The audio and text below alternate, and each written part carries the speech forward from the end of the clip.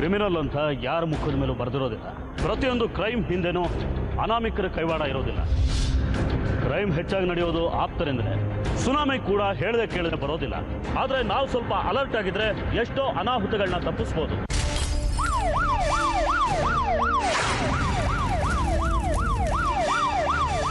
ನಮಸ್ಕಾರ. ನಂಜನಗೂಡಿನ ಗಂಗಾಧರ ಸ್ವಾಮಿ ಅನ್ನೋ ಸ್ಕೂಲ್ ಟೀಚರ್ ಮನೆಯಲ್ಲಿ ನಡೆದ ಮನ ಕಲಕುವಂಥ ದುರಂತ ಕಥೆನ ನಾವಿವತ್ತು ನಿಮ್ಗೆ ಹೇಳ್ತೀವಿ. ಮನೆಯಲ್ಲಿರೋ ಹೆಣ್ಮಗಳನ್ನ ಮಹಾಲಕ್ಷ್ಮಿ ಮತ್ತು ಗಂಡು ಮಕ್ಕಳನ್ನ ಬಾಲಚಂದ್ರ ಬಾಲಗೋಪಾಲ ಅಂತ ವರ್ಣಿಸೋದು ನಮ್ಮ ಪದ್ಧತಿ. ಆದರೆ ಇಂಥ ನಂದಗೋಕುಲದಂಥ ಮನೆಯಲ್ಲಿ ಒಂದು ದುರಂತ ನಡೆದ್ರೆ ಅದು ಆ ಕುಟುಂಬಕ್ಕಷ್ಟೇ ಅಲ್ಲ, ನೋಡಿದವರ ಕಣ್ಣಲ್ಲೂ ನೀರು ತರಿಸುತ್ತೆ. ಅಂಥದ್ದೇ ಒಂದು ದುರಂತ ಕತೆ ಇಲ್ಲಿದೆ. ಗುಂಡ್ಲುಪೇಟೆ ತಾಲೂಕಿನ ಸೋಮನಹಳ್ಳಿ ಮಠದ ಗಂಗಾಧರೇಶ್ವರ ಪ್ರೌಢಶಾಲೆಯಲ್ಲಿ ಟೀಚರ್ ಆಗಿದ್ದ ಗಂಗಾಧರ ಸ್ವಾಮಿ ತನ್ನ ಪತ್ನಿ ಸುಜಾತ, ತಮ್ಮ 3 ಹೆಣ್ಣುಮಕ್ಕಳು ಹಾಗೂ ತಮ್ಮ ಮಗ ಶರಣ್ ಜೊತೆ ನಂಜನಗೂಡಿನಲ್ಲಿರೋ ತಮ್ಮ ಸ್ವಂತ ಮನೆಯಲ್ಲಿ ಸುಖವಾಗಿ ಜೀವನ ನಡೆಸ್ತಿರ್ತಾರೆ. ಗಂಗಾಧರ ಸ್ವಾಮಿ ಸೋಮನಹಳ್ಳಿ ಮಠದ ಭಕ್ತ ಮತ್ತು ತುಂಬ ಶ್ರದ್ಧೆ ಇಟ್ಕೊಂಡಿದ್ದವರು. ಸ್ಕೂಲ್ನಲ್ಲಿ ತಮ್ಮ ಕೆಲಸ ಮುಗಿತಿದ್ದ ಹಾಗೆ ಮಠಕ್ಕೆ ಹೋಗಿ ತಮ್ಮ ಕೈಲಾದ ಸೇವೆ ಸಲ್ಲಿಸ್ತಿದ್ರು.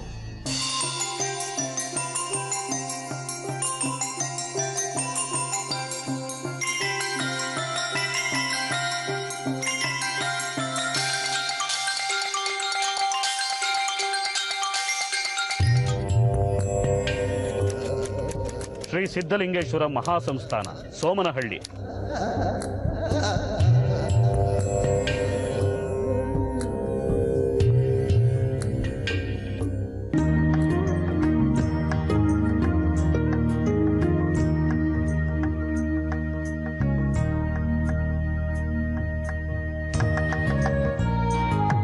ಬಾ ಪುಟ್ಟ, ಬಾ ಕುತ್ಕೋ. ಗಂಗಾಧರ, ನಿನಗೆ 3 ಹೆಣ್ಣು ಮಕ್ಕಳ ನಂತರ ಆ ಗಂಗಾಧರನ ಕೃಪಾ ಕಟಾಕ್ಷದಿಂದ ಒಬ್ಬ ಮಗನೇ ಹುಟ್ಟಿದ್ದಾನೆ. ಇಷ್ಟು ಸಣ್ಣ ವಯಸ್ಸಿನಲ್ಲಿ ಅವನ ಮುಖದಲ್ಲಿ ಎಂಥ ತೇಜಸ್ಸು ನೋಡಯ್ಯ. ಎಲ್ಲ ಆ ಸ್ವಾಮಿ ಮತ್ತು ತಮ್ಮ ಕೃಪೆ ಸ್ವಾಮಿ. ನಾನು ಇಷ್ಟು ವರ್ಷ ತಮ್ಮ ಮಠದ ಸೇವೆ ಮಾಡಿಕೊಂಡು ಹರಕೆ ಹೊತ್ತಿದ್ದಕ್ಕೆ ನನ್ನ ಮೇಲೆ ಆ ಸ್ವಾಮಿ ಕೃಪೆಯಾಗಿದೆ. ಯೋಚನೆ ಮಾಡು, ಇದೇ ಮಠಕ್ಕೆ ಮಠಾಧಿಪತಿ ಆಗುವಂತಹ ಲಕ್ಷಣಗಳು ಇವನ ಮುಖದಲ್ಲಿ ಕಾಣ್ತಾ ಇದೆ. ಇವನ ರಾಶಿ ನಕ್ಷತ್ರ ಬಹಳ ಸೊಗಸಾಗಿದೆ, ಯೋಗ ಇದೆ. 3 ಹೆಣ್ಣು ಮಕ್ಕಳ ನಂತರ ಜನಿಸಿದ್ದಾನೆ ಇವನು. ಯುಗ ಪುರುಷರಿಗೆ ಇಂತಹ ಯೋಗಗಳು ಬರ್ತವೆ ಗಂಗಾಧರ. ನಮ್ಮ ಕಮ್ಮನಹಳ್ಳಿಯ ಹೊಲದ ವಿಚಾರವನ್ನು ನಿನ್ನಲ್ಲಿ ಪ್ರಸ್ತಾಪ ಮಾಡಿದ್ದೇನೆ. ಅದನ್ನು ತೆಗೆದುಕೊಳ್ತಾ ಇರೋರು ಕೂಡ ನಮ್ಮ ಭಕ್ತಾದಿಗಳೇ. ಹೆಚ್ಚಿನ ಬೆಲೆಯನ್ನು ಕೂಡ ಕೊಡ್ತೀನಿ ಅಂತ ಹೇಳಿದ್ದಾರೆ. ಆದಷ್ಟು ಕ್ಯಾಶ್ ಕೊಡಿ ಅಂತಲೇ ಹೇಳಿದ್ದೇನೆ. ಆಗಲಿ ಸ್ವಾಮೀಜಿ, ಕಾರ್ಗೆ ಪೆಟ್ರೋಲ್ ಹಾಕ್ಸ್ಬೇಕು. ನಾಳೆ ಒಡೆಯರು ತಮ್ಮ ಪಾದ ಪೂಜೆ ಇಟ್ಕೊಂಡಿದ್ದಾರೆ. ಅಲ್ಲಿಗೆ ಹೋಗೋದಕ್ಕೆ ಗಾಡೀಲಿ ಪೆಟ್ರೋಲ್ ಇಲ್ಲ. ಗಂಗಾಧರ, ಶ್ರೀಪಾದ ಬರುವಂತ ಹೊತ್ತಾಯಿತು. ಅವನಿಗೆ ಹೇಳಿ ಮಹಾದೇವ್ಗೆ ಪೆಟ್ರೋಲ್ ಕಾಸು ಕೊಡ್ಸಪ್ಪ. ಆಯ್ತು ಸ್ವಾಮೀಜಿ.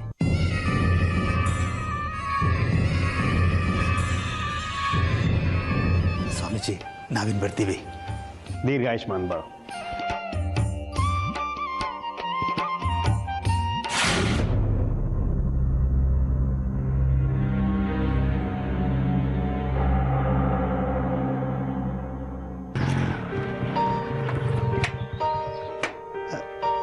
ಶ್ರೀಪಾದ, ಬೈಕ್ ತಗೊಂಡ್ಯಾ?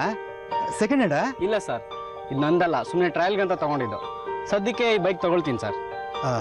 ಈ ನಮ್ಮ ಮಹಾದೇವ ಪೆಟ್ರೋಲ್ ಕಾಸು ಕೇಳ್ತಾ ಇದ್ದ ಸ್ವಾಮೀಜಿ ಹತ್ರ. ಅವರು ನಿನ್ನ ಹತ್ರ ಕೊಡ್ಸಕ್ಕೆ ಹೇಳಿದ್ರು. ಒಂದು ಓಚರ್ ಹಾಕ್ಸಿ ಅವ್ನು ಕೊಡಿಸ್ಬಿಡು. ಸರಿ ಸರ್, ಆಯ್ತು ಸರ್.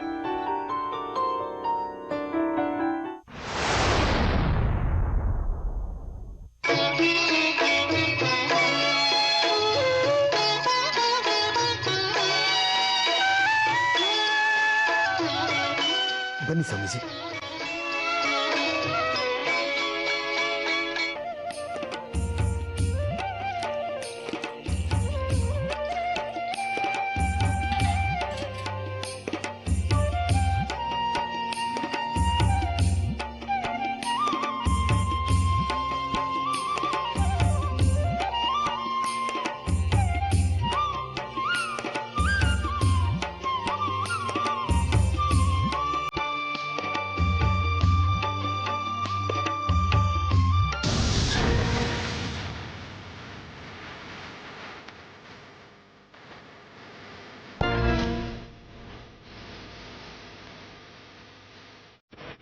ದೀರ್ಘಾಯುಷ್ಮಾನ್ ಭವ.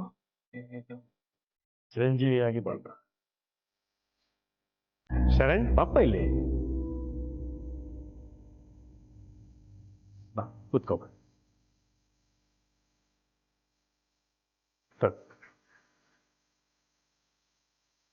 ಗಂಗಾಧರ್, ಇವ್ರ ಬಗ್ಗೆ ನಾನು ಹೇಳಿದ್ರ ಬಗ್ಗೆ ಏನು ಯೋಚನೆ ಮಾಡಿದ್ರಿ? ನೀವು ಅಂದ್ರೆ ಇದು ಸರಿಯಾದ ಸಮಯ.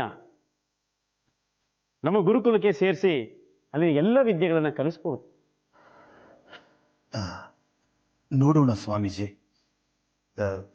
ಇದ್ರ ಬಗ್ಗೆ ನಾನಿನ್ನು ನಮ್ಮ ಕುಟುಂಬದವ್ರ ಜೊತೆ ಚರ್ಚೆ ಮಾಡಿಲ್ಲ. ಬಹುಶಃ ಇದೊಂದು ಮಾತನ್ನು ಮಾತ್ರ ನಾನು ನಡೆಸ್ಕೊಡಕ್ಕಾಗಲ್ಲ ಅನ್ಸುತ್ತೆ. ಪರವಾಗಿಲ್ಲ. ಶ್ರೀಪಾದ, ಅದನ್ನು ತಗೊಂಡ್ ಬಾ. ನೋಡು ಗಂಗಾಧರ್, ನಮ್ಮ ಮಠದ ಪರಿಸ್ಥಿತಿ ನಿನಗೆ ಚೆನ್ನಾಗಿ ಗೊತ್ತಿದೆ. ನಮ್ಮ ಹಿತವರೇ ಈ ದುಡ್ಡಿನ ವಿಚಾರದಲ್ಲಿ ನಮ್ಮ ಮೇಲೆ ನಂಬಿಕೆ ಕಳ್ಕೊಂಡಿದ್ದಾರೆ. ಕಣ್ಣೂರಿನ 18 ಎಕರೆ ಹೊಲ ಮಾರಿರ್ತಕ್ಕಂಥ ಹಣ ನನ್ನ ಹತ್ರಲ್ಲೇ ಇದೆ. ನಮ್ಮ ಭಕ್ತರು ಅವರ ಲೆಕ್ಕಕ್ಕೆ ತೊಂದರೆ ಆಗತ್ತೆ ಅಂತ ಹೇಳಿ ಪೂರ್ಣ ಕ್ಯಾಶ್ ಕೊಟ್ಟಿದ್ದಾರೆ. ಅದರಲ್ಲಿ ನಿಜವಾಗಿಯೂ ಲೆಕ್ಕಕ್ಕೆ ಬರಬೇಕಾದದನ್ನ ಬ್ಯಾಂಕಿಗೆ ಹಾಕು. ಉಳಿದದ್ದು ನಿನ್ನ ಹತ್ರನೇ ಇರಲಿ. ಮಠದ ಖರ್ಚಿಗೆ ಬೇಕಾದ್ರೆ ನಾನೇ ಕೇಳ್ತೇನೆ.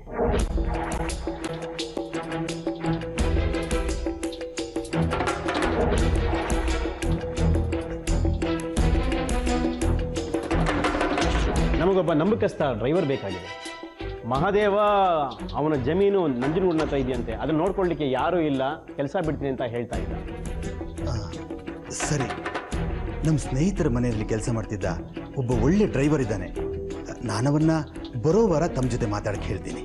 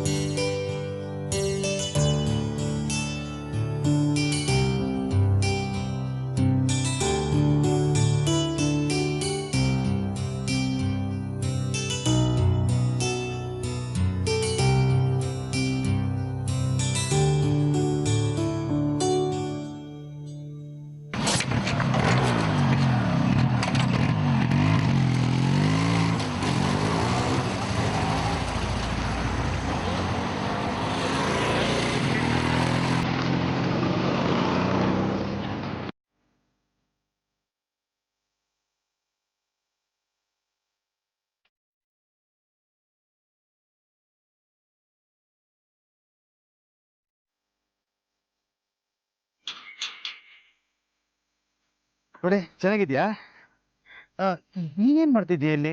ಏನಾಯ್ತು? ಶರಣ್ ಜೊತೆ ಬಂದಿಲ್ವಾ? ಇಲ್ಲ, ಯಾಕೆ? ಅವ್ನು ಇನ್ನೂ ಮನೆಗ್ ಬಂದಿಲ್ಲ. ಎಲ್ಲ ಹೋಗಿದಾನೋ ಗೊತ್ತಿಲ್ಲ. ನೀವ್ ಯಾಕೆ ಇಷ್ಟೊತ್ತು ಮಾಡಿದ್ರಿ?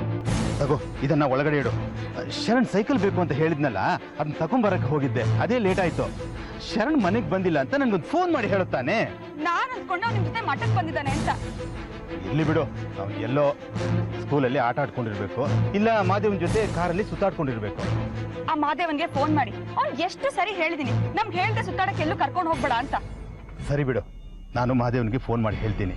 ಹಾಗೇನೆ ಸ್ಕೂಲ್ ಹತ್ರ ಹೋಗಿ ವಿಚಾರಿಸ್ಕೊಂಡು ಬರ್ತೀನಿ. ಸುಜಾತ, ನೀನು ಬೇಜಾರು ಮಾಡ್ಕೋಬೇಡ. ಒಳಗಡೆ ನಡಿ ತಗೊಂಡೋಗು.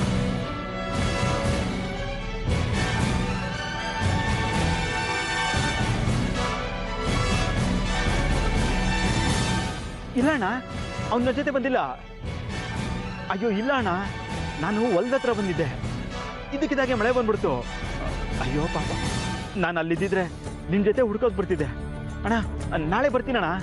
ನೀವು ಯಾವುದಕ್ಕೂ ಒಂದ್ಸಲ ಸ್ಕೂಲ್ ಹತ್ರ ಹೋಗಿ ವಿಚಾರಿಸ್ಬೇಕಾಗಿತ್ತು. ಶ್ರೀಪಾದ್ರ ಜೊತೆ ಏನಾದರೂ ಮಟ್ಟಕ್ಕೆ ಹೋಗಿದ್ದಾನ ಅಂತ ಹೋಗಿ ನೋಡ್ರಣ. ಇತ್ತೀಚೆಗೆ ಅವ್ರ ಜೊತೆ ತುಂಬಾ ಓಡಾಡ್ತಿದ್ದ.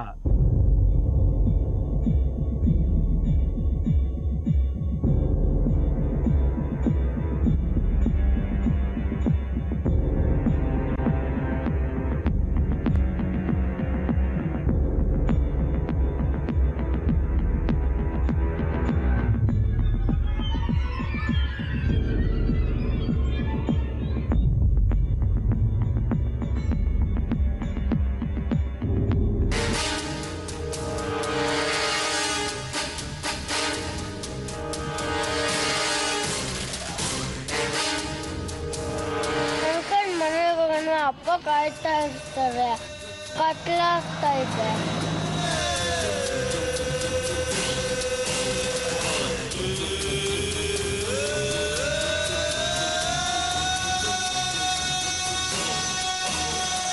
ಹೀಗೆ ಯಾವುದೋ ಕಾಣದ ಕೈಗಳು ಏಕಾಏಕಿ ಶರಣ್ನ ಎತ್ಕೊಂಡು ಹೋದ್ಮೇಲೆ ಗಂಗಾಧರ್ ಕುಟುಂಬದ ಮನಃಶಾಂತಿ ಕದಡು ಹೋಗಿತ್ತು.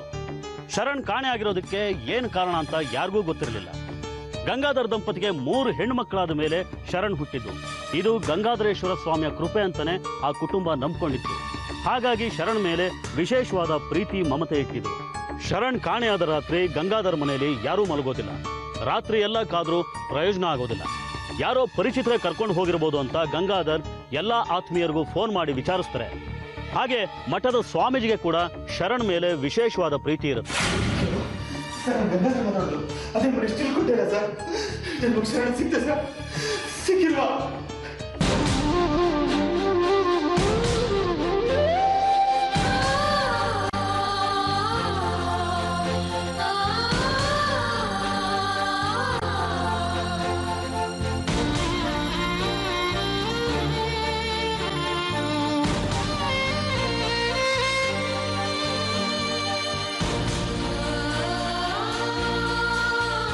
ಅಪ್ಪ ನೀನು ಹೇಳಿದ್ದೆ ಮ್ಯಾಥ್ಸಲ್ಲಿ 25ಕ್ಕೆ 20 ಮೇಲೆ ಬಂದರೆ ಸೈಕಲ್ ಕೊಡಿಸ್ತೀಯ ಅಂತ. ಮ್ಯಾಥ್ ಟೆಸ್ಟಲ್ಲಿ ನಿಂಗೆ ಎಷ್ಟು ಬಂದಿದೆ? 24. ಆ ಸಣ್ಣ ಮ್ಯಾಮ್ ಹೇಳಿದ್ರು ಎಲ್ಲರ ಮುಂದೆ ವೆರಿ ಗುಡ್ ಅಂತ. ಈಗ ನಾನು ಹೇಳ್ತಾ ಇದ್ದೀನಿ, very very very very good. ಮತ್ತೆ ಸೈಕಲ್ಲು? ಸೈಕಲ್ ಯಾಕೆ ಬೇಕೀಗ? ದಾರಿನಲ್ಲಿ ಬಿದ್ದು ಸೈಕಲ್ ಮುಟ್ಕೊಡ್ಬೇಕು ಅಂತಿದ್ಯಾ? ಇನ್ನೊಂದು ಸ್ವಲ್ಪ ದೊಡ್ಡವನಾಗು, ಆಮೇಲೆ ತಕ್ಕೊಡ್ತಾರೆ. ದೊಡ್ಡವನಾಗಿದ್ದೀನಮ್ಮ, ಸ್ಕೂಲ್ಗೆ ಹೋಗಲ್ವಾ? ನಾನು ಇನ್ನೊಂದು ಸುಮ್ಮನಿರು. ನೋಡಿದ್ರೇನ್ರಿ, ಇವ್ರು ಊಟ ಮಾಡ್ಸಕ್ಕೆ ಹೋಮ್ವರ್ಕ್ ಮಾಡ್ಸಕ್ಕೆ ಎಲ್ಲದಕ್ಕೂ ನಾನು ಬೇಕು. ಈಗ ನೋಡೋದು ನನಗೆ ಬೈತಾ ಇದಾರೆ. ನಾಳೆಯಿಂದ ಎಲ್ಲ ಕೆಲಸ ನಿಮ್ಮ ಅಪ್ಪನ ಕೈಲೇ ಮಾಡಿಸ್ಕೊ. ನನ್ನ ಮಗ ತುಂಬಾ ಚುರುಕಾಗಿದ್ದಾನೆ. ಸ್ವಾಮೀಜಿ ಅಂತಿದ್ರು, ಮಠಕ್ಕೆ ಕಳಿಸ್ಬಿಡು, ಸ್ವಾಮೀಜಿ ಮಾಡ್ತೀನಿ ಅಂತ. ಏನು ಬೇಡ, ಕೊನೆ ತನಕ ನಮ್ಮ ಮಗ ನಮ್ಮ ಜೊತೆನೇ ಇರ್ಲಿ. ಮತ್ತೆ ನನ್ನ ಸೈಕಲ್ಲು? ನಿನಗಿಲ್ಲ ಅಂತಾರೇನೋ? ಇನ್ನೊಂದು ಸ್ವಲ್ಪ ದೊಡ್ಡವನಾಗು, ಅಪ್ಪ ನಿಂಗೆ ಕೊಡಿಸ್ತಾರೆ.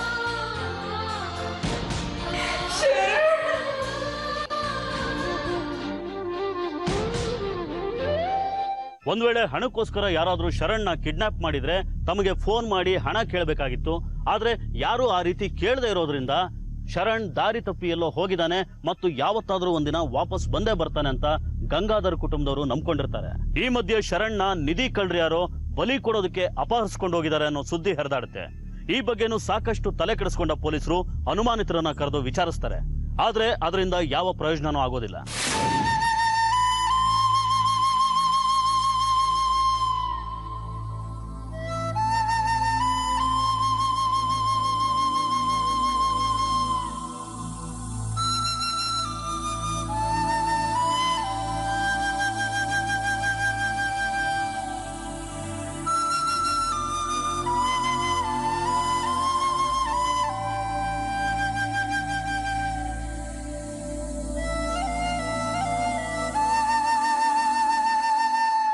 ನಿಂತ್ಕೊಳ್ರಣ್ಣ.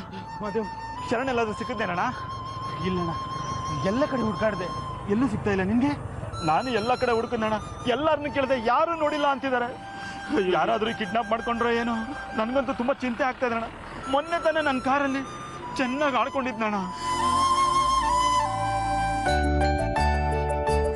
Direct Vodafone Airtel. Uncle uncle, ಈ ಐಸ್ ಕ್ರೀಮ್ಗಳು ಹೆಂಗ್ ಮಾಡ್ತಾರೆ? ನಂಗೆ ಗೊತ್ತಿಲ್ಲಪ್ಪ, ಯಾಕೆ ಕೇಳಿದೆ? ಐಸ್ ಕ್ರೀಮ್ ತಿನ್ನಕ್ಕೆ ತುಂಬಾ ಟೇಸ್ಟ್ ಆಗಿರುತ್ತಲ್ಲ, ಅದಕ್ಕೆ ಕೇಳಿದೆ. ಈಗ ನಾನು ನಿನಗೆ ಐಸ್ ಕ್ರೀಮ್ ಕೊಡಿಸ್ಬೇಕು, ಅದಕ್ಕೆ ಈಗ ಕೇಳಿದೆ ಅಲ್ವಾ ನೀನು? ಹಾ, ಎಷ್ಟು ಬುದ್ಧಿವಂತಾನೆ ನೀನು, ಭಾರಿ ಕಳ್ಳ ನೀನು. ಅಂಕಲ್, ಯಾಕೆ ಗಾಡಿ ನಿಲ್ಸಿದ್ರಿ? ನಿನಗೆ ಐಸ್ ಕ್ರೀಮ್ ಕೊಡ್ಸೋಣ ಅಂತ ಕಾರ್ ನಿಲ್ಲಿಸ್ದೆ. ಈಗ ಮನೆಗೆ ಹೋಗೋದು ಲೇಟ್ ಆಗುತ್ತಲ್ಲ, ಅಪ್ಪ ಬೈದ್ರೆ ಏನ್ ಹೇಳ್ತೀಯಾ? ಅಪ್ಪು, ನಾನು ಹೇಳ್ತೀನಿ, ನಾನು ಐಸ್ ಕ್ರೀಮ್ ತಿನ್ನಕ್ ಹೋಗಿದ್ದೆ ಅಂತ.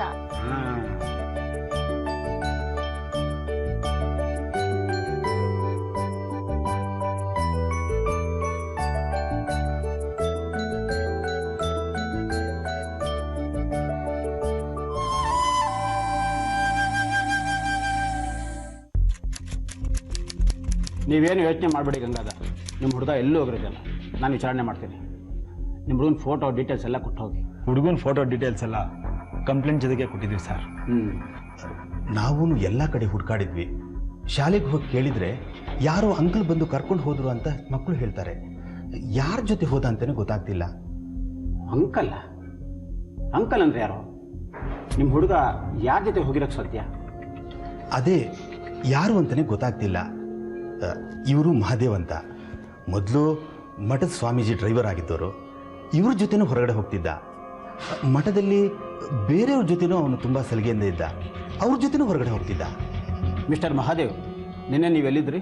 ಸರ್, ನಂಜನಗೂಡು ಯಾಲಹಳ್ಳಿ ಹತ್ರ ನಮ್ಮ ತಾಯಿ ಕಡೆ ಬಂದಿರೋ ಸ್ವಲ್ಪ ಜಮೀನಿದೆ ಸರ್. ಅದನ್ನ ನೋಡ್ಕೊಳ್ಳೋಣ ಅಂತಾನೆ ಸ್ವಾಮೀಜಿ ಹತ್ರ ಕೆಲಸ ಬಿಟ್ಟಿದ್ದು. ನಿನ್ನೆ ಕೂಡ ಅಲ್ಲೇ ಇದ್ದೆ ಸರ್. ನಿನ್ನೆ ತಿರುಗಿ ಬರೋ ಅಷ್ಟರಲ್ಲಿ ಮಳೆ ಬಂದ್ಬಿಡುತ್ತೆ ಸರ್. ಅದಕ್ಕೆ ಇವತ್ತು ಬಂದೆ ಸರ್. ಸರ್, ನೀವು ಇವ್ರ ಮೇಲೆಲ್ಲ ಡೌಟ್ ಪಡಬೇಡಿ ಸರ್. ಇವರು ನಮ್ಮ ಕುಟುಂಬಕ್ಕೆ ತುಂಬ ಬೇಕಾದವರು. ಇವರು ಅಂಥ ಕೆಲಸ ಎಲ್ಲ ಮಾಡುವಂಥವ್ರಲ್ಲ. ನೀವು ಇವ್ರ ಮೇಲೆಲ್ಲ ಡೌಟ್ ಪಡೋದಾದರೆ ನನ್ನ ಕಂಪ್ಲೇಂಟನ್ನು ವಾಪಸ್ ತಗೋತೀನಿ ಅಷ್ಟೇ. ನಾನು ಡೌಟ್ ಪಡ್ತಿಲ್ಲ ಗಂಗಾಧರ್, ಸುಮ್ಮನೆ ಕ್ಯಾಶುಯಲ್ ಆಗಿ ಕೇಳಿದೆ ಅಷ್ಟೇ. ದಯವಿಟ್ಟು ನನ್ನ ಮಗನ ಹುಡ್ಕೊಡಿ ಸರ್. ಅವನಿಗೋಸ್ಕರ ತುಂಬಾ ಹುಡ್ಕಾಡ್ತಾ ಇದ್ದೀವಿ. ಮನೆಯವರಿಗೆ ನಿನ್ನೆಯಿಂದ ಊಟ ನಿದ್ದೆ ಏನೂ ಇಲ್ಲ. ಚಿಂತೆ ಮಾಡಬೇಡಿ ಅಂತ ಹೇಳಿದ್ನಲ್ಲ ಗಂಗಾಧರ್. ಓಕೆ, ನಾನೇ ಖುದ್ದು ಶಾಲೆಗೆ ಹೋಗಿ ವಿಚಾರಣೆ ಮಾಡ್ತೀನಿ. ನಿಮ್ಮ ಮಗ ಸಿಕ್ಕೇ ಸಿಗ್ತಾನೆ, ಎಲ್ಲೂ ಹೋಗಿರಲ್ಲ. ನೀವು ಧೈರ್ಯವಾಗಿರಿ. ಬರ್ತೀವಿ ಸರ್.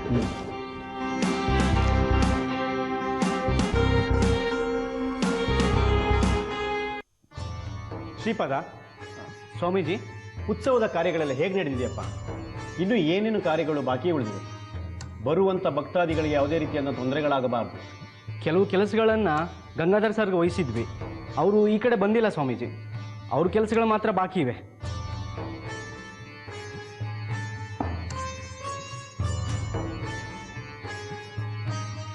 ಸರಿ ಶ್ರೀಪಾದ, ನೀವು ಹೋಗಪ್ಪ. ಸರಿ ಸ್ವಾಮೀಜಿ. ಇನ್ನು 2-3 ದಿನಗಳಲ್ಲಿ ಎಲ್ಲ ಕಾರ್ಯಗಳು ಮುಗಿದಿರಬೇಕು. ಆಯಿತು ಸ್ವಾಮೀಜಿ. ಶಾಂತ, ಹೇಗೆ ನಡೆದಿದೆ ನಿನ್ನ ಶಾಲೆ ಮತ್ತು ಆಟೋಟಗಳೆಲ್ಲ? ಸ್ವಾಮಿ, ನಿಮ್ಮ ಆಶೀರ್ವಾದ ಇರೋವರೆಗೂ ನನ್ನ ಆಟೋಟಕ್ಕೆ ಏನು ತೊಂದರೆ ಬರುತ್ತೆ ಹೇಳಿ? ನಿಮ್ಮ ತುಟಿ ಮೇಲಿನ ಈ ನಗು ಭಕ್ತಾದಿಗಳನ್ನು ಕಟ್ಟಿ ಹಾಕತ್ತೆ. ನಿಮ್ಮ ಮುಖಕ್ಕೆ ಈ ನಗು ಚೆನ್ನಾಗಿ ಒಪ್ಪತ್ತೆ. ನನ್ನ ಈ ಮುಗುಳ್ನಗೆಗೆ, ಮುಖದಲ್ಲಿ ಒಳಿತಾ ಇರೋ ಈ ನಗುವಿಗೆ ನೀನೇ ಕಾರಣ ಅನ್ನೋದು ನಿನಗೆ ಗೊತ್ತಿದೆ ಶಾಂತ. ನೀನು ಇಲ್ಲದೇ ಇದ್ದಿದ್ರೆ ಗುಡಿಲಿರೋ ಕಲ್ಲಿನ ಥರ ಆಗೋಗ್ತಿತ್ತು ನನ್ನ ಜೀವನ. ಅದರ ಮೇಲೆ ತುಪ್ಪ ಸೂರಿ, ಹಾಲು ಸೂರಿ, ಮೊಸರು ಸೂರಿ ಅದ್ರ ಪಾಡಿಗೆ ಅದು ಅಭಿಷೇಕ ಮಾಡ್ಕೊಳ್ತಾ ಇರುತ್ತೆ. ಹಂಗಾಗೋಗ್ತಾ ಇತ್ತು ನನ್ನ ಜೀವನ. ಸ್ವಾಮಿ, ಈಗೊಂದು ನನ್ನ ಕಷ್ಟ ಬಂದಿದೆ, ಅದನ್ನು ನೀವೇ ಪರಿಹಾರ ಮಾಡಬೇಕು. ನನ್ನ ಭಕ್ತಿಯ ಕಷ್ಟವನ್ನು ಪರಿಹಾರ ಮಾಡಿಕೊಡದೆ ಇದ್ಮೇಲೆ ನಾನು ಇದ್ದು ಏನು ಪ್ರಯೋಜನ? ಏನಾಗಬೇಕು ಹೇಳು? ಶಿರಸಾವಹಿಸಿ ಮಾಡ್ತೇನೆ. ಸ್ವಾಮೀಜಿ, ಸ್ವಾಮೀಜಿ, ನೀವು ಮೊನ್ನೆ ತಾನೇ ನನ್ನ ಮಗನಿಗೆ ಆಶೀರ್ವಾದ ಮಾಡಿದ್ರಿ. ಆದ್ರೆ ಇವತ್ತು ಅವನು ಎಲ್ಲಿದ್ದಾನೆ ಅಂತಾನೆ ಗೊತ್ತಿಲ್ಲ. ನಿಮ್ಮ ಆಶೀರ್ವಾದದಿಂದ ಅವನ ಜೀವಕ್ಕೇನು ಆಗಿದ್ರೆ ಸಾಕು ಸ್ವಾಮೀಜಿ. ಜೈ ಶಂಕರ್, ಜೈ ಜೈ ಶಂಕರ್. ಗಂಗಾಧರ, ನಿನ್ನ ಮಗನಿಗೆ ಏನೂ ಆಗಿರೋದಿಲ್ಲ. ಆ ಗಂಗಾಧರನ ಕೃಪೆಯಿಂದ ಹುಟ್ಟಿರ್ತಕ್ಕಂಥವನು. ಅದರ ಚಿಂತೆಯನ್ನ ಬಿಟ್ಬಿಡು ನೀನು. ಉತ್ಸವದ ಕಡೆ ಲಕ್ಷ್ಯ ವಹಿಸು. ಅವನು ಬರ್ತಾನೆ, ಬಂದೇ ಬರ್ತಾನೆ.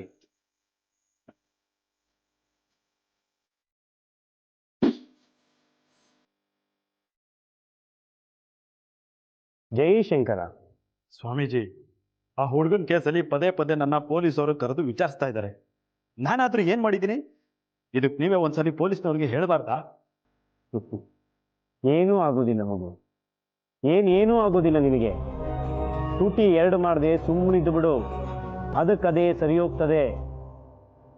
ನಮ್ಮ ಬಗ್ಗೆ ಪೊಲೀಸ್ನವ್ರಿಗೆ ಏನಾರು ಹೇಳಿದ್ಯಾ? ಇಲ್ಲ ಸ್ವಾಮೀಜಿ, ನಿಮ್ಗೆ ಯಾವ ವಿಷಯನೂ ನಾನು ಹೇಳಿಲ್ಲ. ಶುಭ.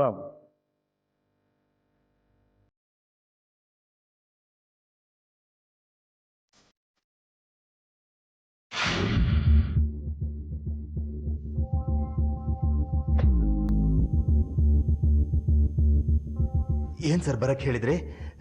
ನನ್ನ ಮಗನ ಬಗ್ಗೆ ಏನಾದರೂ ವಿಷಯ ಗೊತ್ತಾಯ್ತಾ ಸರ್?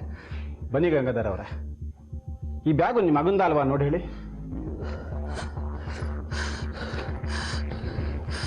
ಹೌದು ಸರ್, ಇದು ನನ್ನ ಮಗ ಶರಣದ್ದೆ. ಎಲ್ಲಿತ್ತು ಸರ್? ಇವನ ಹೆಸರು ಜಾನಿ ಅಂತ, ಆಟೋ ಡ್ರೈವರ್. ಮೊನ್ನೆ ದಿನ ಬೊಕ್ಕಹಳ್ಳಿ ಹತ್ರ ಇರೋ ರಾಂಪುರ ಕೆರೆಯಲ್ಲಿ ಆಟೋ ತೊಳೆಯಕ್ಕೆ ಹೋಗಿದ್ದಂತೆ. ಅದ್ರ ದಡದಲ್ಲಿ ಬ್ಯಾಗ್ ಬಿದ್ದಿತ್ತಂತೆ. ಇದನ್ನು ಇವನು ಅವ್ರ ಮಗನ ತಂದ್ಕೊಟ್ಟಿದ್ದಾನೆ. ಒಂದು ವಿಪರ್ಯಾಸ ಏನು ಅಂದರೆ ಇವ್ರ ಮಗ ನಿಮ್ಮ ಹುಡುಗ ಓದ್ತಾರ ಶಾಲೆಯಲ್ಲೇ ಓದ್ತಾ ಇರೋದು. ಮನೆ ವಿಚಾರಣೆಗೆ ಅಂತ ಹೋಗಿದ್ದಾಗ ನಾನು ಟೀಚರ್ ಹತ್ರ ಹೇಳಿ ಬಂದಿದ್ದೆ, ಹುಡುಗನ ಬಗ್ಗೆ ಮಾಹಿತಿ ಸಿಕ್ಕಿದ್ರೆ ತಿಳಿಸಿ ಅಂತ. ಬುಕ್ಸ್ಗಳ ಮೇಲೆ ಶರಣ ಅಂತ ಬರೆದಿದ್ದನ್ನು ನೋಡಿ ಟೀಚರ್ ನನಗೆ ಫೋನ್ ಮಾಡಿದ್ರು. ಹಾಗಾದರೆ ನಮ್ಮ ಶರಣ್ ಅಲ್ಲೇ ಎಲ್ಲೋ ಪಕ್ಕದ ಊರಲ್ಲಿ ಇರಬೇಕನ್ಸುತ್ತೆ ಸರ್. ಮತ್ತೊಮ್ಮೆ ಹೊಡ್ಕೊಳುವ ಸರ್.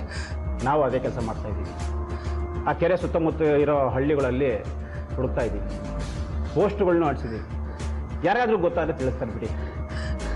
ಅಷ್ಟು ಮಾಡಿ ಸರ್, ನಿಮಗೆ ಒಳ್ಳೇದಾಗಲಿ ಅಂತ ನಾನು ದಿನ ದೇವರನ್ನ ಕೇಳ್ಕೊತೀನಿ. ಮನೇಲಿಲ್ಲ ಅಂತ ನಂಬೋದಕ್ಕೆ ಆಗ್ತಾ ಇಲ್ಲ ಸರ್. Be brave. ನೋಡಿ, ನಾವು ಎಲ್ಲ ಸ್ಟೇಷನ್ಗಳಿಗೆ ನಿಮ್ಮ ಮಗನ ಫೋಟೋ ಸಮೇತ ಮೆಸೇಜ್ ಕಳಿಸಿದ್ದೀವಿ. ನಿಮ್ಮ ಹುಡುಗ ಎಲ್ಲೂ ಹೋಗೋಣ, ಧೈರ್ಯವಾಗಿರಿ, ಸಿಕ್ಕೇ ಸಿಗ್ತಾನೆ. ಹಾಂ, ಹೋಗಿ ಬನ್ನಿ. ಆಗಲಿ ಸರ್.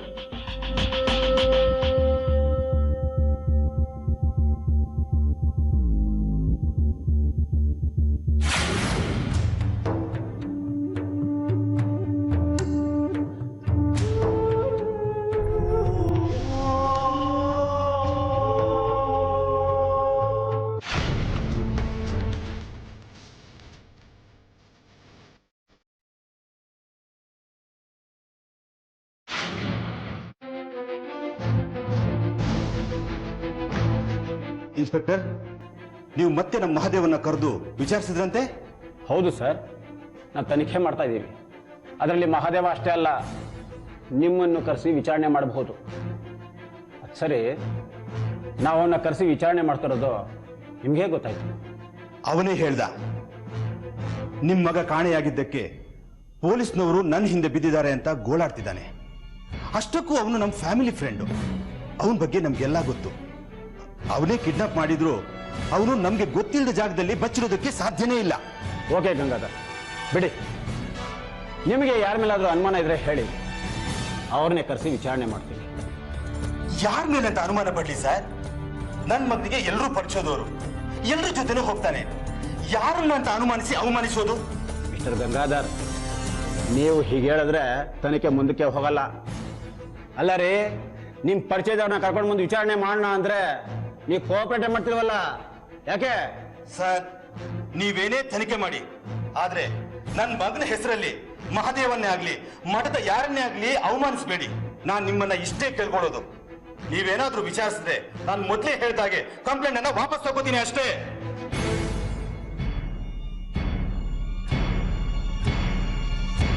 ಆದ್ರೆ ಒಂದ್ ತಿಂಗಳಿರ್ಲಿ, ಹತ್ತತ್ರ 1-1.5 ವರ್ಷ ಕಳೆದ್ರು ಶರಣ್ ಪತ್ತೆ ಆಗೋದಿಲ್ಲ. ನಿಜವಾಗ್ಲೂ ಅವನನ್ನ ಯಾರಾದ್ರೂ ಎತ್ಕೊಂಡು ಹೋದ್ರೋ, ಅಥವಾ ಯಾವ್ದಾದ್ರೂ ಕಾಡು ಪ್ರಾಣಿಗೆ ಬಲಿಯಾದ್ನೋ, ಅಥವಾ ದಾರಿ ತಪ್ಪಿ ಯಾವುದೋ ಗೊತ್ತಿಲ್ಲದ ಜಾಗಕ್ಕೆ ಹೋಗಿ ವಾಪಸ್ ಬರೋದಕ್ಕೆ ದಾರಿ ಗೊತ್ತಾಗದೆ ಒದ್ದಾಡ್ತಿದ್ದಾನೋ ಅನ್ನೋದು ಗಂಗಾಧರ್ ಕುಟುಂಬಕ್ಕೆ ಮತ್ತು ಪೊಲೀಸ್ನವ್ರಿಗೆ ಒಂದು ಒಗಟಾಗಿ ಕಾಡುತ್ತೆ. ಹೀಗೆ ಶರಣ್ ಕಾಣೆಯಾದ ನಂತರ ಆತನ ಪತ್ತೆಗಾಗಿ ಗಂಗಾಧರ್ ಎಷ್ಟು ಸಾಧ್ಯನೋ ಅಷ್ಟೂ ರೀತಿಯಿಂದ ಪ್ರಯತ್ನಿಸ್ತಾರೆ. ಪ್ರತಿದಿನ ತನ್ನ ಕೆಲಸ ಮುಗಿದ ಮೇಲೆ ನಂಜನಗೂಡಿನ ಪೊಲೀಸ್ ಠಾಣೆಗೆ ಬಂದು ನನ್ನ ಮಗನನ್ನ ಹುಡುಕೊಡಿ ಅಂತ ಅಂಗಲಾಚಿಸ್ತಾರೆ. ಅಲ್ಲದೆ ಹಿರಿಯ ಅಧಿಕಾರಿಗಳಿಗೆ ಮತ್ತು ನಂಜನಗೂಡಿಗೆ ಭೇಟಿ ನೀಡಿದ್ದ ಆಗಿನ ಮುಖ್ಯಮಂತ್ರಿ ಶ್ರೀ ಯಡಿಯೂರಪ್ಪನವ್ರಿಗೂ ಒಂದು ಮನವಿ ಸಲ್ಲಿಸ್ತಾರೆ. ಆದರೆ ಯಾವುದರಿಂದನೂ ಪ್ರಯೋಜನ ಆಗೋದಿಲ್ಲ. ಈಗಾಗಲೇ ಶರಣ್ ನಾಪತ್ತೆ ಪ್ರಕರಣದ ತನಿಖೆ ನಡೆಸ್ತಾ 3 ಪೊಲೀಸ್ ಅಧಿಕಾರಿಗಳೇ ನಂಜನಗೂಡಿನ ಸ್ಟೇಷನ್ನಲ್ಲಿ ಬದಲಾಗಿರ್ತಾರೆ. ಇದೀಗ ಹೊಸದಾಗಿ ಬಂದ ಪ್ರೊಬೆಷನರಿ ಡಿವೈಎಸ್ಪಿ ಚನ್ನಬಸಪ್ಪನವರು ತನಿಖೆನ ಕೈಗೆತ್ಕೋತಾರೆ.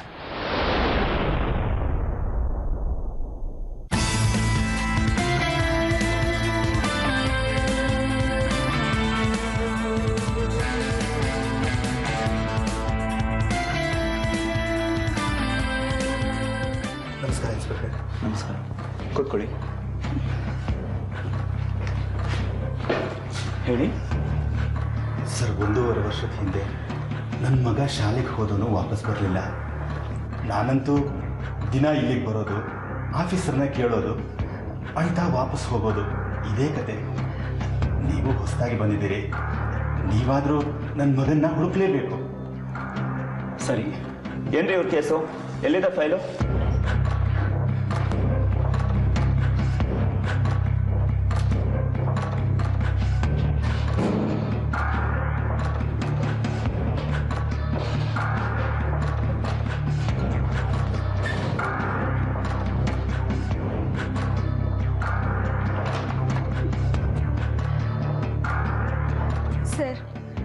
ಚೀಫ್ ಮಿನಿಸ್ಟರ್ಗೂ ಮನವಿ ಕೊಟ್ಟಿದ್ವಿ ನಮ್ಮ ಮಗನ ಹುಡುಕೊಡಿ ಅಂತ. ಆದರೆ ಯಾರೂ ನಮ್ಗೆ ಹೆಲ್ಪ್ ಮಾಡಲಿಲ್ಲ ಸರ್. ಇದು ನಮ್ಮ ಕೊನೆ ಮನವಿ, ದಯವಿಟ್ಟು ನೀವೇ ನಮ್ಗೆ ಹೆಲ್ಪ್ ಮಾಡಬೇಕು ಸರ್. ನಿಮ್ಮ ಮಗ ಕಾಣೆಯಾಗಿ ಸುಮಾರು 1.5 ವರ್ಷ ಆಗಿದೆ. ಈಗ ಎಲ್ಲಿದ್ದಾನೆ ಹೇಗಿದ್ದಾನೆ ಅಂತ ಕಂಡುಹಿಡಿಬೇಕು. ನಮ್ಮ ಪ್ರಯತ್ನ ನಾನು ಮಾಡ್ತೀನಿ. ಇಲ್ಲ, ನನ್ನ ಮಗನಿಗೆ ಏನೂ ಆಗಿಲ್ಲ. ಅವನ ಕಿಡ್ನಾಪ್ ಆಗಿರೋದಕ್ಕೆ ಚಾನ್ಸೇ ಇಲ್ಲ. ಒಂದು ವೇಳೆ ಹಣಕ್ಕಾಗಿ ಕಿಡ್ನಾಪ್ ಮಾಡಿದಿದ್ರೆ ನನಗೆ ಫೋನ್ ಮಾಡಿ ಹಣ ಕೇಳಬೇಕಾಗಿತ್ತು. ನಿಮ್ಮ ದುಃಖ ನನಗೆ ಅರ್ಥ ಆಗುತ್ತೆ. ನಾನು ಖಂಡಿತ ನಿಮಗೆ ಹೆಲ್ಪ್ ಮಾಡ್ತೀನಿ. ನೀವಿನ್ನು ಹೊರಡಿ.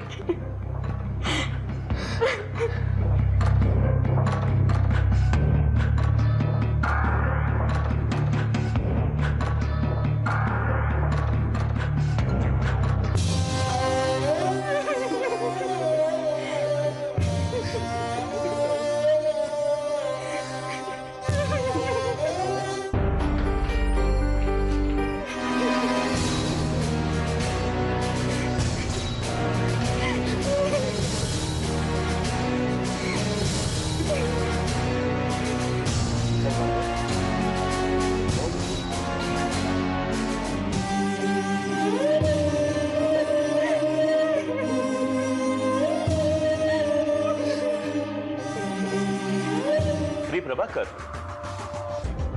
ಅವ್ರು ನೋಡಿದ್ರೆ ಅಯ್ಯೋ ಅನ್ಸುತ್ತೆ. ಆ ಕೇಸ್ನ ಫುಲ್ ಡೀಟೇಲ್ಸ್ ನನಗೆ ಬೇಕು. ಎಷ್ಟೇ ಇಂಪಾರ್ಟೆಂಟ್ ಕೇಸ್ಗಳಿದ್ರೂ ನಮ್ಮ ಫಸ್ಟ್ ಪ್ರಿಫರೇಷನ್ಸ್ ಈ ಕೇಸ್ ಮೇಲೆ ಇರುತ್ತೆ. ಯಾರ್ಯಾರ ಮೇಲೆ ಡೌಟ್ ಇದೆ, ಯಾರ್ಯಾರ ವಿಚಾರಣೆ ಆಗಿದೆ, ಎಲ್ಲ ಡೀಟೇಲ್ಸ್ ತೆಗೆಸಿ. ಸರ್, ಸ್ಕೂಲ್ ಮಕ್ಳು ಹೇಳ್ತಾರೆ ಕೆಂಪು ಬೈಕಲ್ಲಿ ಬಂದು ಯಾರೋ ಕರ್ಕೊಂಡೋದು ಅಂತ ಹೇಳ್ತಾರೆ. ಅದು ಅಲ್ಲದೆ ಈ ಥರ ಇರೋ ಬೈಕ್ನ ಎಲ್ಲೇ ಅಂತ ಹುಡ್ಕೋ ಸರ್. ನೀವು ನಮ್ಮ ಪರಿಚಯದವ್ರನ್ನೆಲ್ಲ ವಿಚಾರಣೆ ಮಾಡಾಗಿದ್ರೆ ಕಂಪ್ಲೇಂಟ್ ವಾಪಸ್ ತಗೊಳ್ತೀನಿ ಅಂತಿದ್ದಾರೆ. ಸರಿ, ಇವ್ರ ಪರಿಚಯದವ್ರು ಯಾರ್ಯಾರಿದ್ದಾರೆ ಅವ್ರ ನಂಬರ್ನ ಗುರ್ತು ಹಾಕಿ ಫೋನ್ ಟ್ಯಾಪ್ ಮಾಡಿ. Okay sir.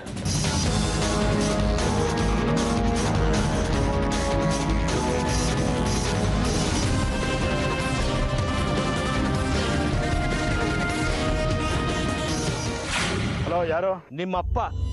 ಏಯ್, ನಾನು ಹೇಳೋದನ್ನ ಸರಿಯಾಗಿ ಕೇಳಿಸ್ಕೊ. ನನಗೆ ದುಡ್ಡು ಬೇಕು. ದುಡ್ಡುಗೋಸ್ಕರ ನೀನು ಏನು ಮಾಡಿದೆ ಅಂತಾನು ನನಗೆ ಚೆನ್ನಾಗಿ ಗೊತ್ತು. ಹಲೋ, ಯಾರು ಮಾತಾಡ್ತಿರೋದು? ಯಾರು ಯಾರು?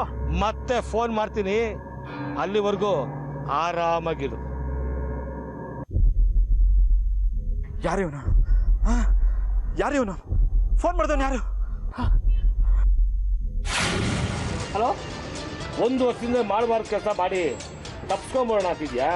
ನೀನು ಸೇಫ್ ಆಗಬೇಕು ಅಂತಿದ್ರೆ ನಾನು ಕೇಳಿದಷ್ಟು ದುಡ್ಡು ಕೊಡಬೇಕು. ಹಲೋ, ಯಾರದು? ಯಾರು ಮಾತಾಡ್ತಾ ಇರೋದು?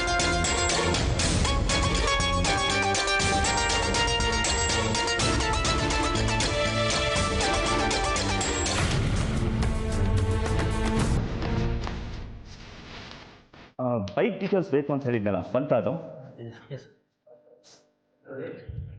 ಸರ್, ಬೈಕ್ ಡೀಟೇಲ್ಸ್, ಅಡ್ರೆಸ್ ಎಲ್ಲ ಇದರಲ್ಲಿ ಸರ್. ಗುಡ್. ಇದರಲ್ಲಿ ಗಂಗಾಧರ್ ಮನೆ ಹತ್ರ ಎಷ್ಟು ಬೈಕ್ಸ್ಗಳಿದೆ ಅಂತ ಹೇಳಿಬಿಟ್ಟು ಪತ್ತೆ ಮಾಡಿ.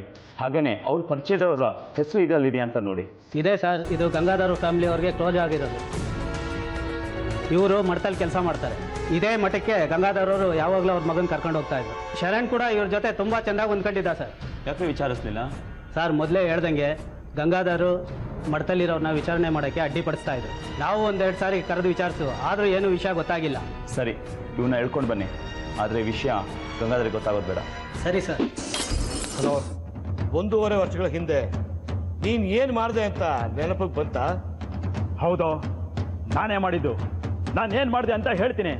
ಅದೇನು ಮಾಡ್ಕೋತ ಮಾಡ್ಕೋ. ಬಡ್ಡಿ ಮಗನೇ, ನನ್ನ ತಲೆ ತಿಂತೇನೋ? ಧೈರ್ಯ ಐತೆ ನನ್ನ ಎದುರಿಗೆ ಬಾ, ಏನು ಮಾಡ್ತೀನಿ ನೋಡು.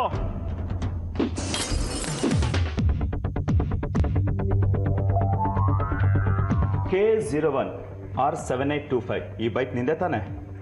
ಹೌದು ಸರ್. ಗಂಗಾಧರ್ ಅವ್ರ ಮಗ ಶರಣ್ ನಿನಗೆ ಪರಿಚಯ. ಆಗಾಗ ಅವನು ನಿನ್ನ ಜೊತೆ ಹೊರಗಡೆ ಬರ್ತಿದ್ದ ಅಲ್ವಾ?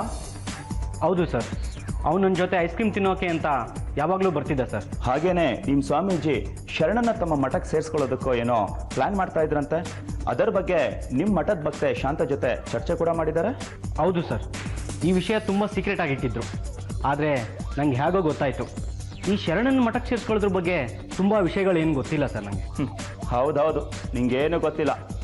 ಆದರೆ ನಿಮ್ಮ ಸ್ವಾಮೀಜಿ ಶರಣನ ಮಠಕ್ಕೆ ಕರ್ಕೊಂಬರಕ್ಕೆ ಹೇಳಿದ್ರು. ನೀನು ಅವನ ಶಾಲೆ ಹತ್ರ ಹೋಗಿ ಅವನ್ನ ಮಠಕ್ಕೆ ಕರ್ಕೊಂಡು ಹೋಗಿದ್ಯಾ. ಮುಂದೇನಾಯ್ತು ಅಂತ ಹೇಳೋ. ಸರ್, ಆ ಬೈಕ್ ನಂದಲ್ಲ ಸರ್. ನೀವು ಹೇಳ್ತಿರೋ ಡೇಟ್ ಆಗಿ ಸುಮಾರು ಒಂದು 15 ದಿನ ಆದಮೇಲೆ ನಾನು ಆ ಬೈಕನ್ನು ತೊಗೊಂಡಿದ್ದೆ ಸರ್. ಯಾರ ಹತ್ರ ತಗೊಂಡೆ? ಸರ್ ಅದು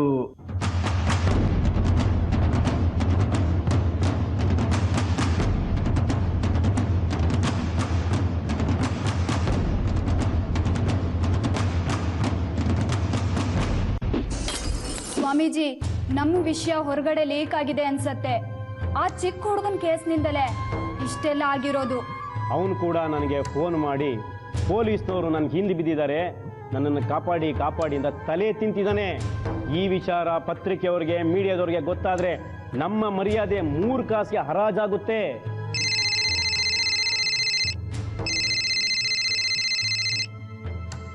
ಜೈ ಶಂಕರ್.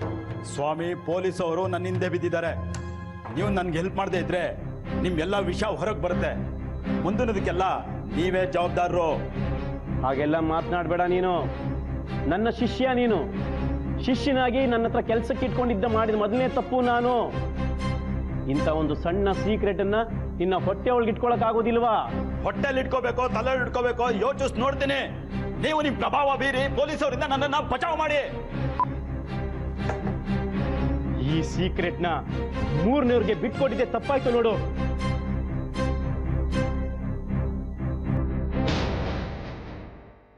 ಫೆಬ್ರವರಿ 7, 2010.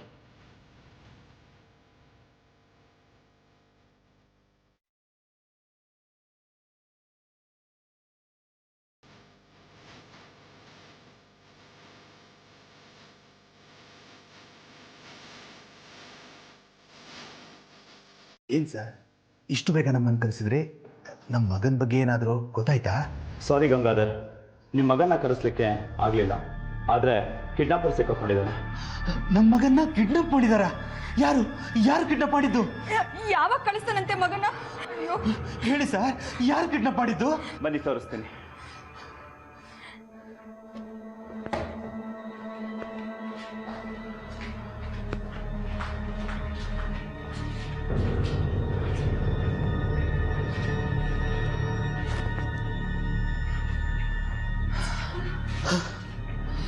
ಇನ್ಸ್ಪೆಕ್ಟರ್, ನಮ್ಮ ಮಠದವ್ರ ಮೇಲೆ ಡೌಟ್ ಪಟ್ಟು ಅವ್ರನ್ನ ಅವಮಾನಿಸ್ಬೇಡಿ ಅಂತ ನಾನು ಆವತ್ತೇ ಹೇಳಿದ್ನಲ್ಲ. ಮತ್ತೆ ಇವ್ರಿಗೆ ಯಾಕೆ ಹಿಂಸೆ ಕೊಡ್ತಾ ಇದ್ದೀರಾ? ಸಾರಿ ಗಂಗಾಧರ್, ಇವ್ರು ಕಿಡ್ನಾಪರ್ ಅಲ್ಲ. ಆದ್ರೆ ಕಿಡ್ನಾಪರ್ನ ಕಂಡುಹಿಡಿಯಲಿಕ್ಕೆ ನಮಗೆ ಕ್ಲೂ ಕೊಟ್ಟಿದ್ದಾರೆ. ಇವರಿಗೆ ಥ್ಯಾಂಕ್ಸ್ ಹೇಳಲೇಬೇಕು. ಕಿಡ್ನಾಪರ್ ಉಪಯೋಗಿಸ್ತಿದ್ದ ಬೈಕ್ನ ಈಗ ಇವ್ರು ಯೂಸ್ ಮಾಡ್ತಾ ಇದ್ದಾರೆ. ಕಿಡ್ನಾಪರ್ ಶರಣ್ನ ಕಿಡ್ನಾಪ್ ಮಾಡಿದ ನಂತರ ಇವರಿಗೆ ಬೈಕ್ ಮಾರಿದ್ದಾನೆ. ಹಾಗಾದ್ರೆ ಕಿಡ್ನಾಪರ್ ಯಾರು ಅಂತ ಕೇಳ್ತೀರಾ? ಅವನು ಇಲ್ಲಿದ್ದಾನೆ. ಇವನ್ ಸಿಕ್ಕಾಕೊಂಡಿದ್ದು ಒಂದು ದೊಡ್ಡ ಕತೆ, ಅದನ್ನ ಆಮೇಲೆ ಹೇಳ್ತೀನಿ. ಏಯ್ ಬರ ಇಲ್ಲಿ.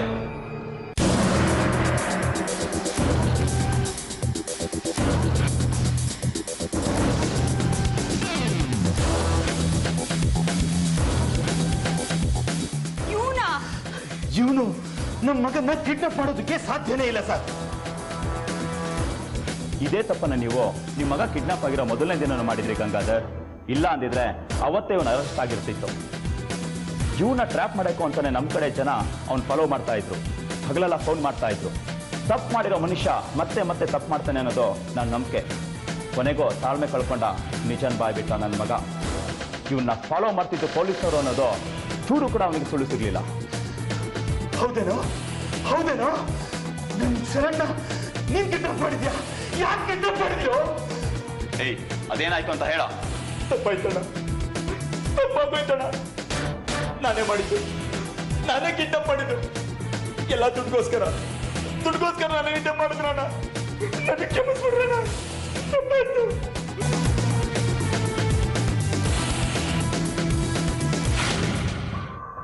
ಅಕ್ಕ, ಸ್ವಾಮೀಜಿ 65 ಲಕ್ಷ ಗಂಗಾಧರ್ ಮನೇಲಿದೆ. ಅದು ಮಠದಲ್ಲಿದ್ರೆ ಅದ್ರ ಮೇಲೆ ನಿನ್ನ ಕಣ್ಣು ಬೀಳುತ್ತೆ ಅಂತ ಅವನಿಗೆ ಗೊತ್ತು. ನೋಡೋ, ಈಗಾಗಲೇ ನಾನು ಸಾಲ ಮಾಡಿಕೊಂಡು ಸಿಕ್ಕಾಕೊಂಡ್ಬಿಟ್ಟಿದ್ದೀನಿ. ಅದರಲ್ಲಿ ಸ್ವಲ್ಪ ದುಡ್ಡು ನನಗೆ ಬೇಕು. ನೀನಾಗೆ ಸ್ವಾಮೀಜಿಗಳಿಗೆ ಹೇಳಿ ನನಗೆ ಅದನ್ನು ದುಡ್ಡು ಕೊಡಿಸ್ತೀಯೋ, ಇಲ್ಲ ನಾನು ಬೇರೆ ಏನಾದರೂ ಪ್ಲಾನ್ ಮಾಡ್ಬೇಕಾ ಅದನ್ನಾದರೂ ಹೇಳೋ. ಈಗಾಗಲೇ ನಾನು ಸ್ವಾಮೀಜಿಗಳ ಹತ್ರ ಸಾಕಷ್ಟು ದುಡ್ಡು ತಗೊಂಡಿದ್ದೀನಿ. ಮತ್ತೆ ಕೇಳಿದ್ರೆ ನನ್ನ ಸ್ವಾಮೀಜಿ ರಿಲೇಶನ್ಶಿಪ್ ಹಾಳಾಗುತ್ತೆ. ನೀನೇ ಏನಾದರೂ ಪ್ಲಾನ್ ಮಾಡೋ. ಆದ್ರೆ ದುಡ್ಡು ಹೊಡೆಯುವಾಗ ಯಾರಿಗೂ ತೊಂದರೆ ಆಗಬಾರ್ದು ಅಷ್ಟೇ. ಅದು ಅಲ್ಲದೆ ಪೊಲೀಸರು ಅದು ಇದು ಅಂದ್ರೆ ನನ್ನ ಮತ್ತೆ ಸ್ವಾಮೀಜಿ ಸೀಕ್ರೆಟ್ ಬಯಲಾಗುತ್ತೆ, ಮರ್ಯಾದೆ ಹೋಗುತ್ತೆ. ದುಡ್ಡು ನಿಂದೆ, ಪ್ಲಾನು ನಿಂದೆ, ನನ್ಗೇನು ಬೇಡ.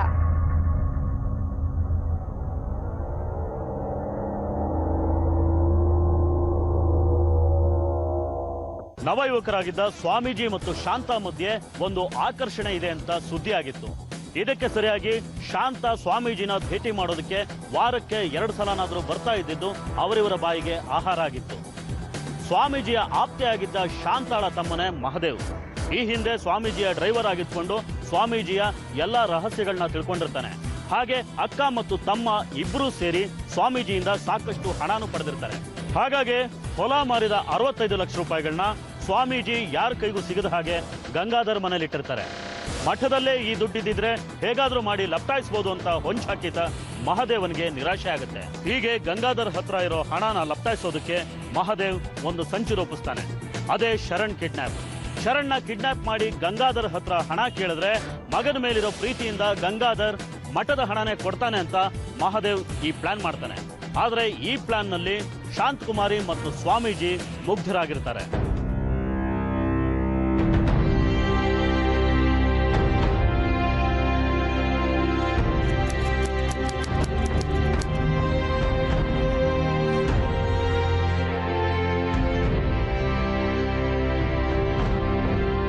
ಅಂಕಲ್ ಅಂಕಲ್ ಹೊಟ್ಟೆ ಹಸುತ್ತಾ ಇದೆ, ತಿಂಡಿ ಕೊಡ್ಸಿ.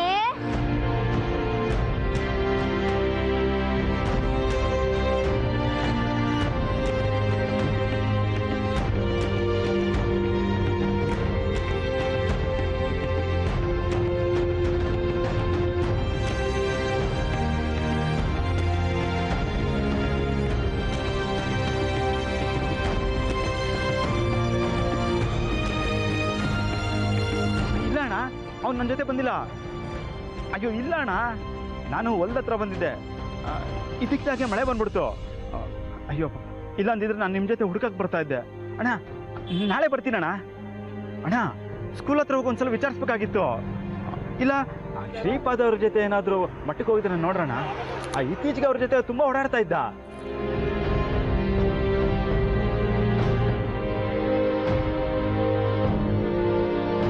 ಅಪ್ಪ ಫೋನ್ ಮಾಡಿದ್ರಾ? ನಾನು ನಿನ್ ಜೊತೆ ಯಾಕೆ ಇರ್ಲಿಲ್ಲ ಅಂತ ಸುಳ್ಳು ಹೇಳ್ದೆ? ಅದು ತಮಾಷೆಗೆ ಹೇಳ್ದೆ. ನಡಿ ಈಗ ನಿನ್ಗೊಂದು ಸುಂದರವಾದ ಜಾಗ ತೋರಿಸ್ತೀನಿ, ಹೋಗೋಣವಾ?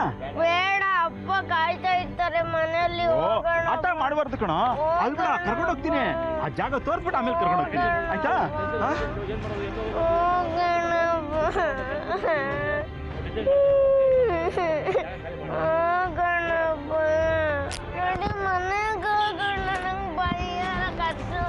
ಅಳ್ಬೇಡ ಅಳ್ಬೇಡ ಕಣ, ಕರ್ಕೊಂಡು ಹೋಗ್ತೀನಿ ಮನೆಗೆ, ಕರ್ಕೊಂಡು ಹೋಗ್ತೀನಿ. ಅಳ್ಬೇಡ ಅಳ್ಬೇಡ.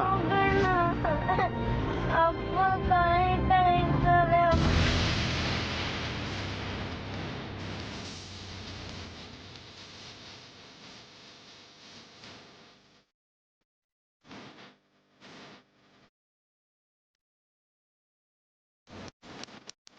ಆಗಸ್ಟ್ 26, 2008.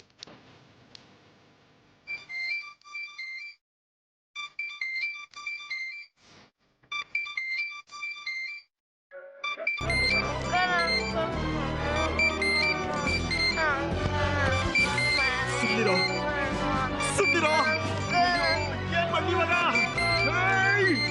ಸುಂದಿರೋ ಸುಂದಿರೋ ಅಂತ ಹೇಳುತ್ತಲ್ಲ.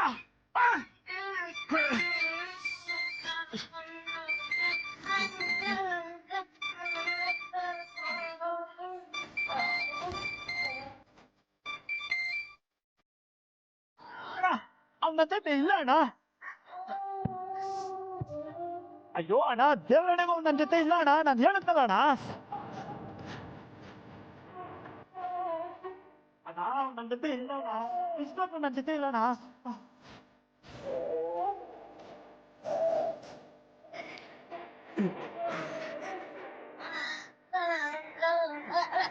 ಸುಂದಿರೋ ಸುಂದಿರೋ ಅಂತ ಹೇಳ್ತಾ ಇದ್ದೀರಾ? ಸುಂದಿರೋ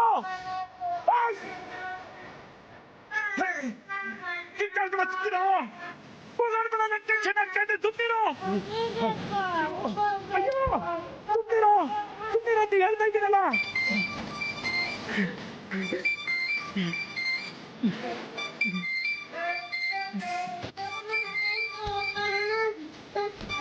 ಸುಂದಿರೋ ಯಾವ್ದು ಬರ್ಬೇಡ. ಸುಂದಿರೋ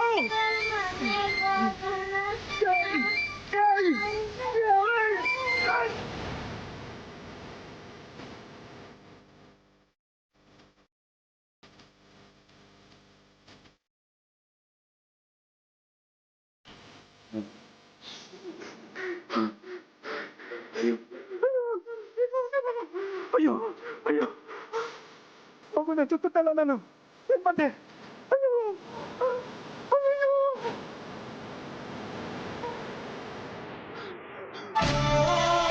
ದುಡ್ಗೋಸ್ಕರ ಅವನನ್ನ ಕಿಡ್ನಾಪ್ ಮಾಡಿದ್ದೇನೋ ನಿಜ. ಆದ್ರೆ ಅವನನ್ನು ಎಲ್ಲಿ ಬಚ್ಚಿಡಬೇಕು, ನಿಮ್ಮ ಹತ್ರ ಹೇಗೆ ದುಡ್ಡು ಕೇಳಬೇಕು ಅಂತ ಪ್ಲಾನ್ ಮಾಡಿರಲಿಲ್ಲ.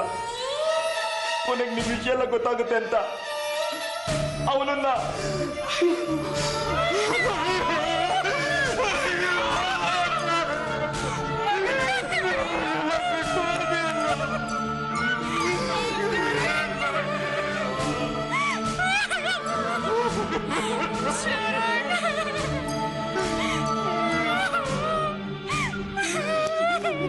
ಸೈಕಲ್ ಯಾಕೆ ಬೇಕೀಗ?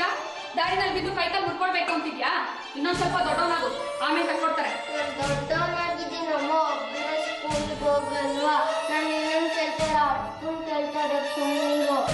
ನೋಡಿದ್ರಿ, ಇವ್ನು ಊಟ ಮಾಡ್ಸಕ್ಕೆ ಹೋಮ್ವರ್ಕ್ ಮಾಡ್ಸಕ್ಕೆ ಎಲ್ಲದಕ್ಕೂ ನಾನ್ ಬೇಕು. ಈಗ ನೋಡಿದ್ರೆ ನನಗೆ ಬೈತಾ ಇದಾರೆ. ನಾಳೆಯಿಂದ ಎಲ್ಲ ಕೆಲಸ ನಿಮ್ಮ ಅಪ್ಪನ ಕೈಲೇ ಮಾಡಿಸ್ಕೊ. ಯೋಚನೆ ಮಾಡು, ಇದೇ ಮಠಕ್ಕೆ ಮಠಾಧಿಪತಿ ಆಗುವಂತಹ ಲಕ್ಷಣಗಳು ಇವನ ಮುಖದಲ್ಲಿ ಕಾಣ್ತಾ ಇದೆ. ಇವನ ರಾಶಿ ನಕ್ಷತ್ರ ಬಹಳ ಸೊಗಸಾಗಿದೆ, ಯೋಗ ಇದೆ.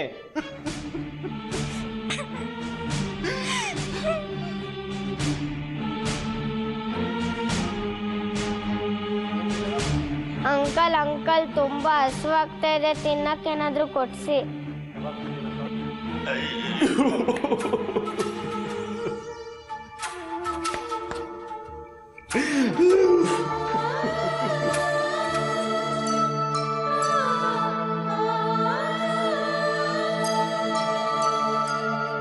ಆದ್ರೆ ಶರಣ್ ಕಿಡ್ನಾಪ್ಗೆ ಏನೂ ರೂಪರೇಷೆ ಇಲ್ಲದೆ ಏಕಾಏಕಿ ಎತ್ಕೊಂಡು ಬಂದ ಮಹಾದೇವ್ಗೆ ಪರಿಸ್ಥಿತಿ ವ್ಯತಿರಿಕ್ತವಾಗುತ್ತೆ.